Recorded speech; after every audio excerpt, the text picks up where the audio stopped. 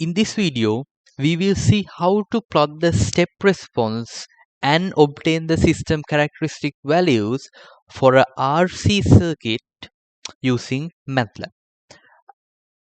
In this task, we have the transfer function of a RC circuit as 1 over RCS plus 1. We need to determine the step response and system characteristic values for the following RC values. So we have three values of resistors and also the capacitance, which is constant of all three parts. Now the objective in this task is to actually determine the effect of resistance on the step response. Now this is a first order system, so we will obtain a first order step response.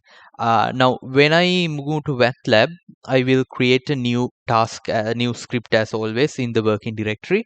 I will label this as task 5 and I will say clear all, close all and CLC. Now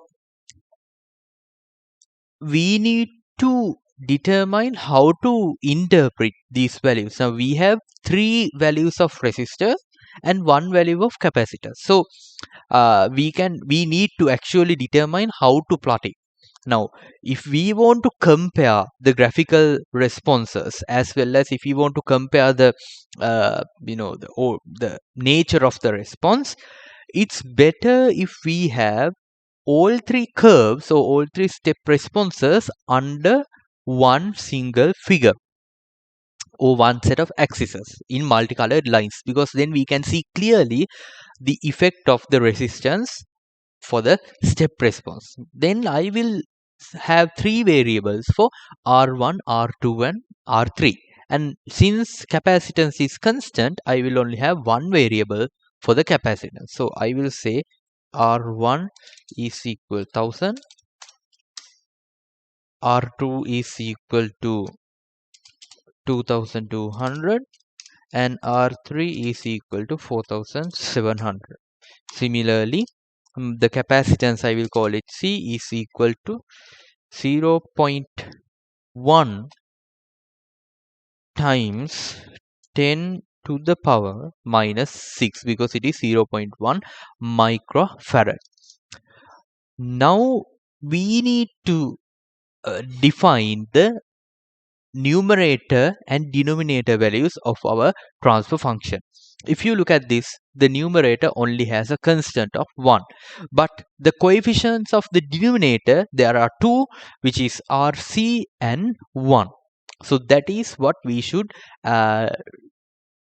enter to the MATLAB window. So here, to enter the coefficients of the numerator, I will use num command and the normal square brackets. So I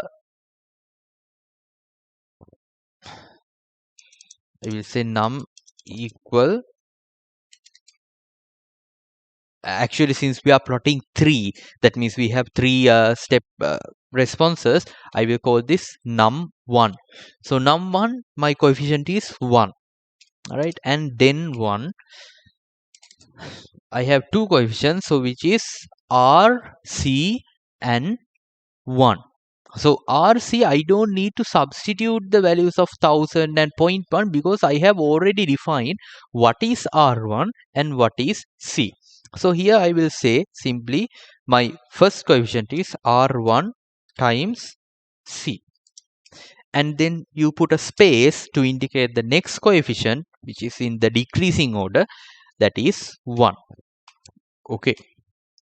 And that's all. I have defined the numerator variables and the denominator variables.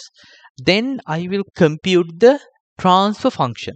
To compute the transfer function, I will say G1 is equal to, the command is transfer function, TF, then open and close the brackets, num comma den, right, num1 comma den 1.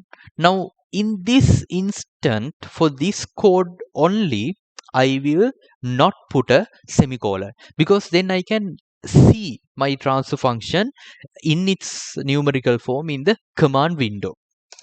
to obtain the step response, you just need to use the command step. So the command is step and step of 1. So my transfer function is g1. So you can put step of g1. And this will plot the step response of our transfer function g1. So if I run this, here you can see in the command window I have the transfer function in the numerical form. So I have the numerator as well as I have the denominator, and this is the first order step response that I obtain for my first transfer function. Now, this is not all, because the task has one more thing, because we need to obtain the system characteristic values. So the system characteristic values means your settling time, your rise time, your time to first week, and things like that. So if you right click, you can go to characteristic. Right, when you right click, you will get a drop down menu, and here you can go to the characteristic, and here you can enable these things. So if I want the peak response, I can enable that, but here there's no peak response as such, so we can't see it very clearly, but there is a rise time. So if I click rise time, then if you see here, new dotted lines appeared in the x-axis and y-axis, and there's a dot here. I can click on that, and when I click on that, it will tell for transfer function g1 the rise time is 0.00022 seconds. And similarly, I can go to characteristics and enable the settling time. So this is the settling time, right? And then I can enable the transient time, or I can enable the steady state. So this is the steady state, the final value is 1. So like that, you can actually obtain the step response as well as the system characteristic values for any given transfer function. So this is the first one, but we need to build upon it, and we need to obtain the 3 transfer functions in one window, or in one set of axes. So I will use hold on command. Right, I will use hold on command to tell, okay, we plotted it, but just wait, there are some more. And now I will go to the second numerator variables and denominator variables. So I will not actually do it, I will just copy this and paste it here. And the only difference is, instead of R1 we have R2, and this is called num2, and this is called den2.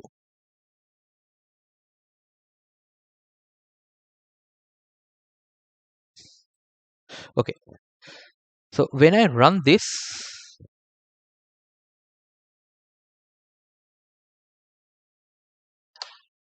I will get 2 lines, one corresponding to our system G1 and the other corresponding to the system G2. And now you can see clearly that there is a difference between these two.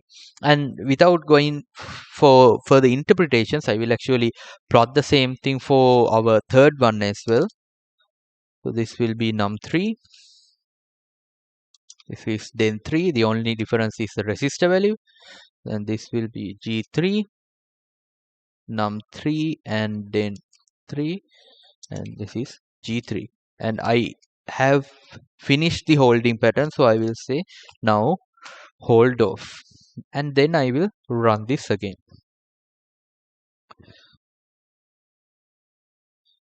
So when I run it again, I can clearly see 3 distinctive peaks, distinctive curves in the step response. Now I can obviously enable the rise time by right clicking characteristic rise time, and it will show me the rise time of all the 3 curves at once. So you can click it. So this is system G1, this is system G2, then this is system G3, and you can determine how the rise time changes with the change in the resistance values. Not only that, you can use it for the settling time, you have the settling time. You can do this for the steady state as well, and you will have the steady state. Well, steady state is the same for all three. However, the rise time and settling time are different. And this is a very interesting way, and you can actually click this button, uh, button right here on the toolbar. It's right next to the left to the mouse icon, point icon. It says insert legend.